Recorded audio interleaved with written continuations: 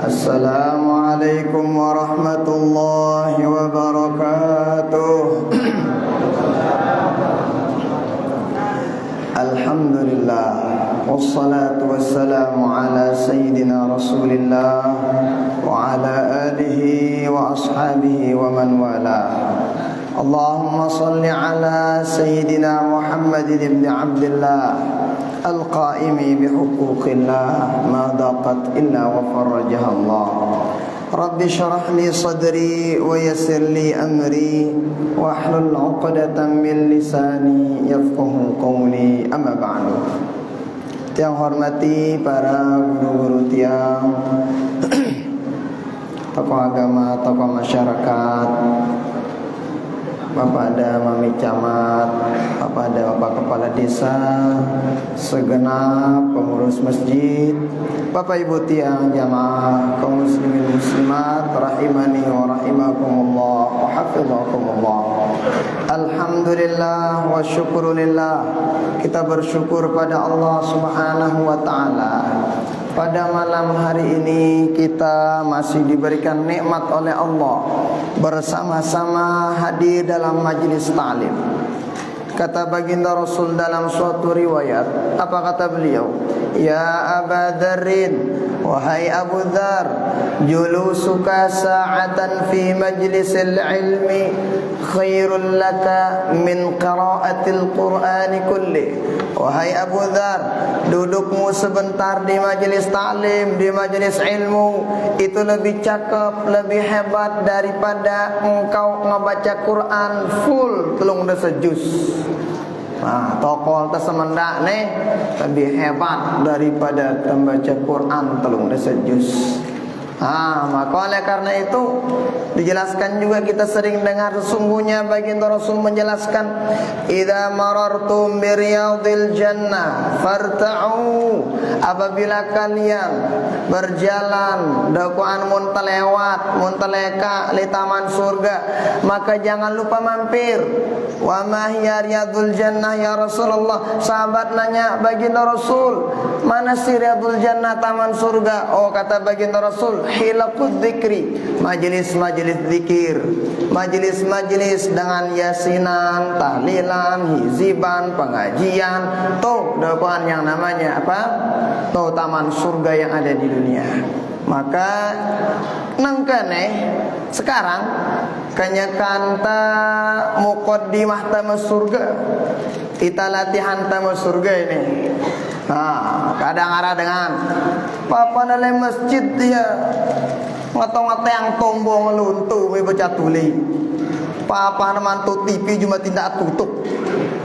Wah, hati-hati. Kalau di dunia enggak betah di masjid, jangan sampai di akhirat enggak betah di surga. Maka mudah-mudahan kehadiran kita dicatat oleh Allah Ta'ala sebagai amal ibadah, dan mudah-mudahan kita diberikan keistiqomahan pada perbaikan dan kebaikan. Amin. Salawat beriring salam kita diakan kepada baginda Rasulullah sallallahu alaihi wa alihi wasallam dengan ucapan Allahumma salli ala sayyidina Muhammad wa ala ali sayyidina Muhammad. Mudah-mudahan kita semua mendapatkan syafaat beliau di dunia sampai akhirat. Amin amin ya rabbal alamin. Dijelaskan dalam suatu riwayat, orang yang gemar baca salawat di bulan suci Ramadan, itu kan nanti di akhirat orang tuh pada ngebawa amal ibadahnya sendiri. Ada orang yang ngebawa sholatnya banyak, pahala sodakohnya banyak, pahala amal ibadahnya banyak. Nah, tapi ingat, semua pahala-pahala itu ditimbang sama Allah. Dilihat mau narak dengan bersedekah, karena lain niatna kurangin pahalana. Ada orang sholat, ketika selesai sholat taraweh, ule-ule ngumi, apa meangna lambat timam ini kena kurang pahalana. Hara dengan puasa, woi, papana puasa bagus. Lalu arah para berbuka sehingga ni alu lelahku ngana awasan kekumpesan ada kurang.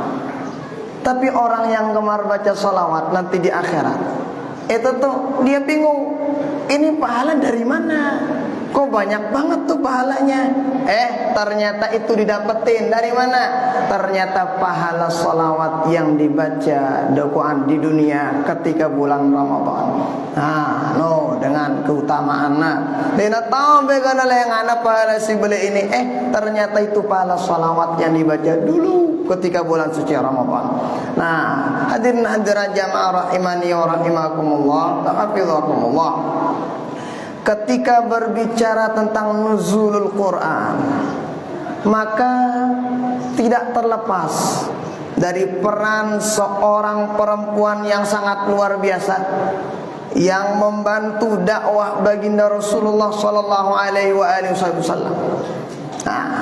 Peran dengan Nina si luar biasa dalam dakwah baginda Rasul sallallahu alaihi wasallam. Tagana turun Quran, masya Allah, beliau yang menenangkan baginda Nabi. Ketika baginda Rasul, masya Allah, tabarakallah, dihina sama orang Quraisy, beliau yang menenangkan baginda Rasul. Siapa itu? Sosok seorang perempuan yang bernama Khadijah binti Khuwailid. Jadi kalau jadi ibu-ibu, EPC Nina, IDC Nina, yang jadi contoh kita beliau siapa? Khadijah Al-Kubra. Kenapa? Gimana sih hebatnya namanya Khadijah Al-Kubra? Dalam kitab Al-Bushra fi Manaqib Khadijah Al-Kubra karangan Sayyid Muhammad Alawi Al-Maliki dijelasin. Di antara keistimewaan Sayyidah Khadijah luar biasa. Jadi Sayyidah Khadijah itu satu-satunya perempuan yang ketika mengantarkan makanan kepada baginda Rasulullah sallallahu alaihi wasallam. Kan waktu itu baginda Rasul di Gua Hira. Ya doaan ngatongang baginda Rasul makanan. Ketika datang, apa kata malaikat Jibril? Baginda Nabi, tadi Allah Subhanahu wa taala mengucapkan salam kepada Sayyidah Khadijah. Maka oleh karena itu, sampaikan salam Allah dan sampaikan salam saya kepada siapa? Kepada sosok agung mulia, namanya Khadijah binti Khuwailid atau Khadijah Al-Kubra. Hebatnya sana Khadijah Al-Kubra. Siti Khadijah mun bahasa anta. Hebat luar biasa. Beliau itu masya Allah tabarakallah memiliki harta yang banyak, tetapi ingat hartanya digunakan untuk dakwah baginda Rasul. Beliau salah satu di antara perempuan paling ingas dakwaan li Quraisy pada saat itu. Bangsawan, kaya raya, kelaparan dengan melihat. Tetapi Allah mengizinkannya bersatu sama baginda Rasul. Banyak harta. Ketika nikah sama baginda Rasul, harta itu digunakan untuk dakwah. Sayyidah Khadijah dalam riwayat Sahihain, yaitu ada riwayat Imam Bukhari Muslim, dijelasin dakwaan baginda Rasul sino babasa siaran Khadijah sino tamangna surga, pinaangna surga si Allah Ta'ala. Surganya itu dari mutiara yang sangat luar biasa. La sakhba fihi wala nasab. Mana? Surganya Sayyidah Khadijah ini ndak ada dakwaan bingar-bingar di dalam surganya Sayyidah Khadijah. Aman, tenteram dakwaan surganya Sayyidah Khadijah. Kenapa? Kata para ulama, kan sonangan lalu mai idapna surgana Sayyidah Khadijah tenteram. Kenapa? Karena beliau Sayyidah Khadijah selama hidup sama baginda Rasul ndek nawah ngerasang suara li semamana. Saking begitunya ternyata lantong surga ini adem anyam. Tonatama Sayyidah Khadijah. Kenapa? Bersih beru. Ndek nawah ngerasang suara do kali semamana. Kita tahu ibu-ibu tajana orang ngerasa suara walau-walau tema surga pendik dah kata tema surga sanksi keras-keras suara surga nerua tiba. Tuh, enggak pernah. Kemudian wala nasab, enggak ada capek, enggak ada lelah dalam surganya Sayyidah Khadijah. Kata para ulama, kenapa? Sayyidah Khadijah tidak pernah meminta suatu perkara sisi nondek nabugan gawe si baginda Rasul. Pembahasan tajama-jama ndek nama letang pepes ndek na bau ngawe si baginda Nabi. Pembahasan tande elwi aluk kembali dengan ini. Wah, Sayyidah Khadijah begitu. Makanya surga beliau, masya Allah, enggak ada lelah, enggak ada capek. Kemudian di sana itu di surganya seperti yang tadi, adem anyem. Tuh contoh, ketika suatu waktu baginda Rasul Sallallahu Alaihi Wasallam pergi bertahannuts di Gua Hira, menenangkan diri di Gua Hira. Perginya baginda Rasul dena sekalam 2 kalam, kadang sebulan, kadang 40 hari. Tetapi lihat, Sayyidah Khadijah pulang-pulang baginda Rasul tidak marah. Coba ida ibu-ibu, diulik saya nak ada 2 kalam. Urung itu mangan kelek, urung itu nyampah sih dari. Kalau beliau enggak, santai. Kenapa? Karena tahu sosok agung baginda Rasul enggak bakalan berani macam-macam. Beliau orang soleh, masa sekalipun saya tinggalin berbulan-bulan aman beliau. Suatu waktu dakwaan pernah Sayyidah Khadijah mengikuti baginda Rasul ketika bertahanus, ketika berdiam diri, milu dakwaan Sayyidah Khadijah dengan mudi ngelongin. Setelah itu ternyata dilihat, masya Allah, ini sekedar ndek ponagin mata-matain baginda Rasul macam-macam, enggak. Tetapi kemudian sekedar memastikan apakah suaminya masih hidup atau tidak. Mulida jendik ru ibu-ibu ngelongin dawayah mama paran lagi selingkuh udah.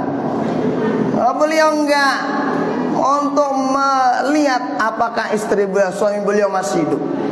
Masya Allah, ketika datang wahyu baginda Rasul nggak pernah pulang. Masya Allah, katakanlah selama berbulan-bulan datang wahyu, kaget luar biasa baginda Rasul. Tapi lihat bagaimana ngumbeungkeun Sayyidah Khadijah diselimuti baginda Rasul Sallallahu Alaihi Wasallam dengan penuh kasih sayang. Coba murid semama dan diulik seminggu, ulik sakit, cerih tini ngenderu upak dan dia ulik ngenderu No, kalau Sayyidah Khadijah nggak begitu.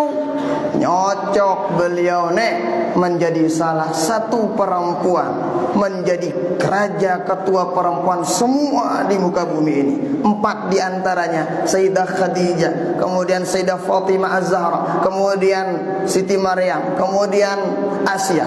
4 sini. Nah, makanya karena itu, pelajaran bagi ibu-ibu, kalau pengen masuk surga, tuh hendaknya kayak Sayyidah Khadijah. Kadang arah dengan anda, mudahan ku mau kepada Sayyidah Khadijah karena sindiman merhari. Kalau pengen dapat kayak Sayyidah Khadijah, Muhammadkan dulu dirimu, pinak diri terjadi Nabi Muhammad dulu.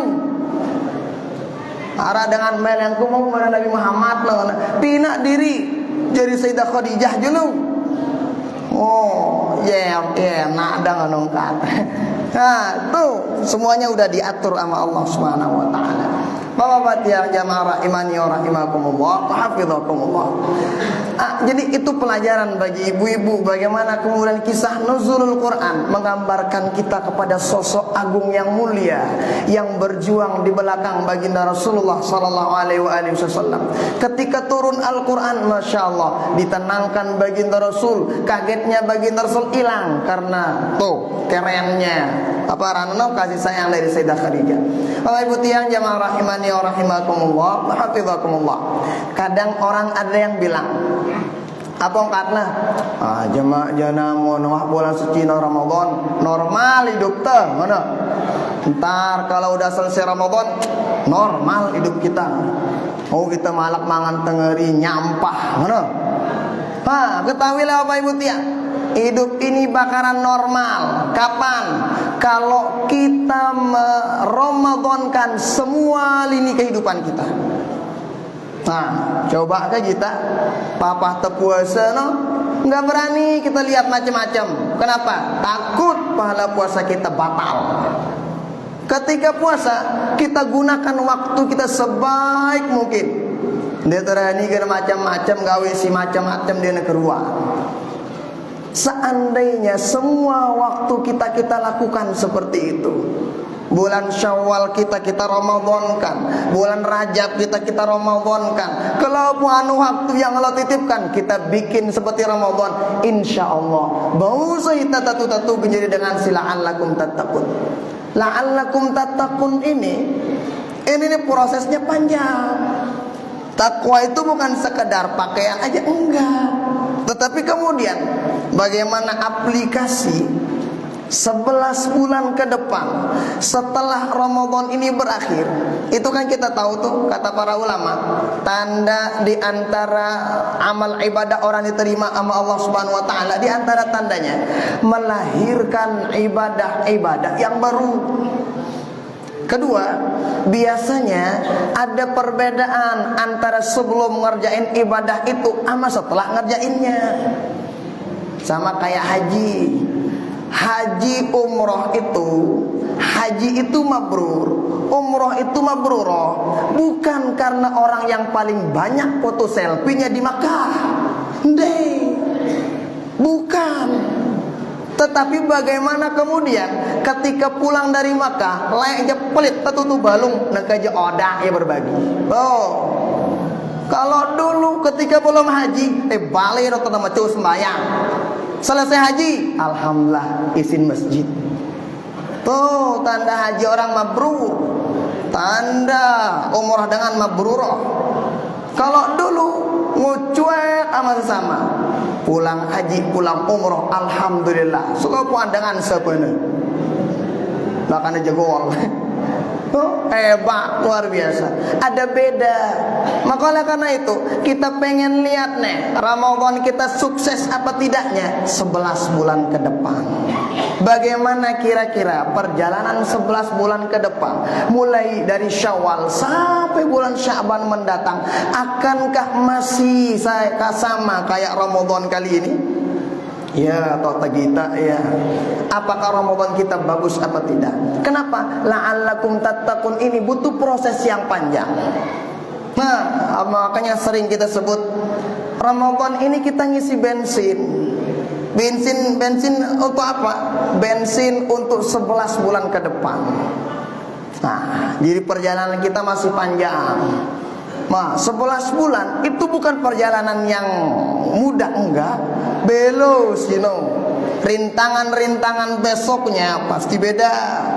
Maka besok kalau ada misalnya pekerjaan sindik nepas malik yang gawe selesai Ramadan, mungkin ada yang konslet dari apa yang dilakukan pada bulan suci Ramadan.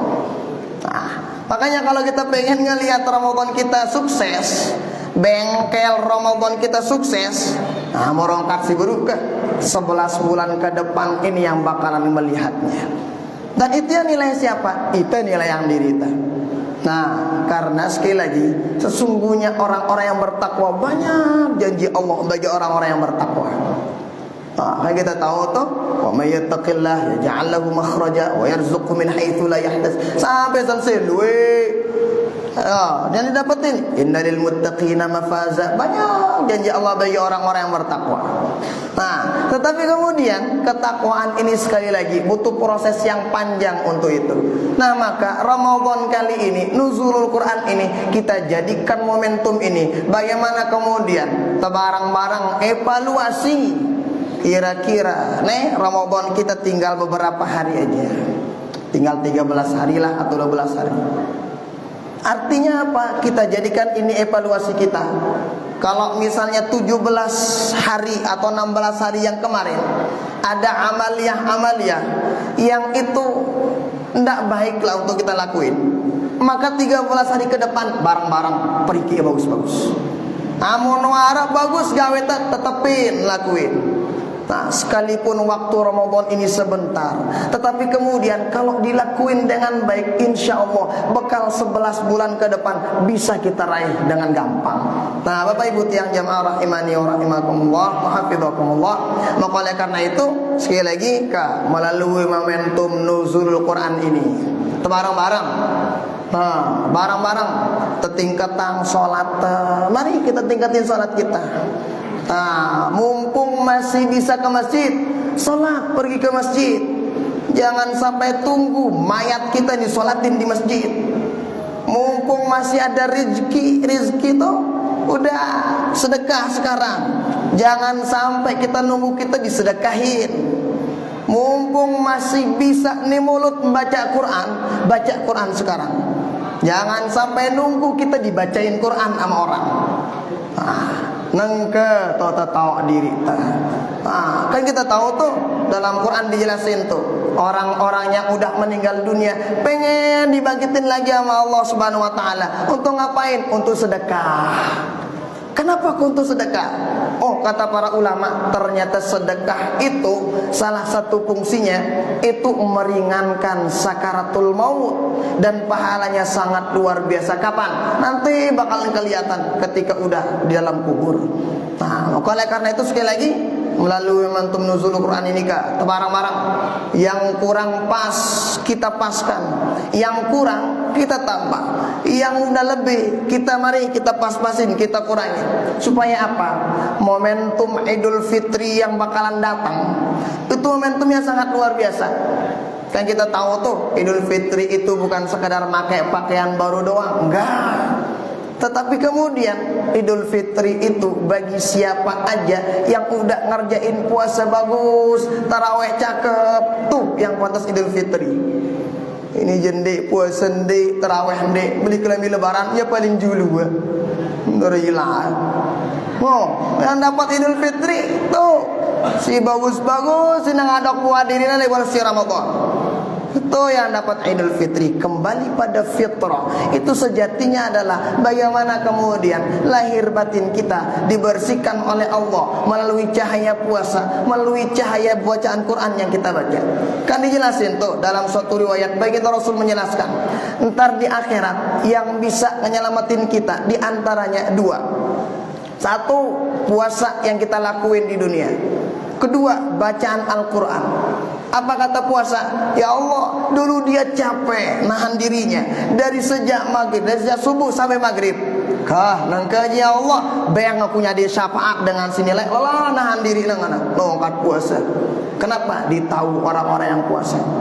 Bagi orang yang gemar baca Quran, apa kata Quran? Ya Allah, dulu dia tidak tidur karena membacaku. Maka ya Allah, berikan saya kesempatan membalas apa yang dilakuin dulu dia nggak tidur. Maka sekarang saya kasih syafaat dari saya. Itu kata Quran.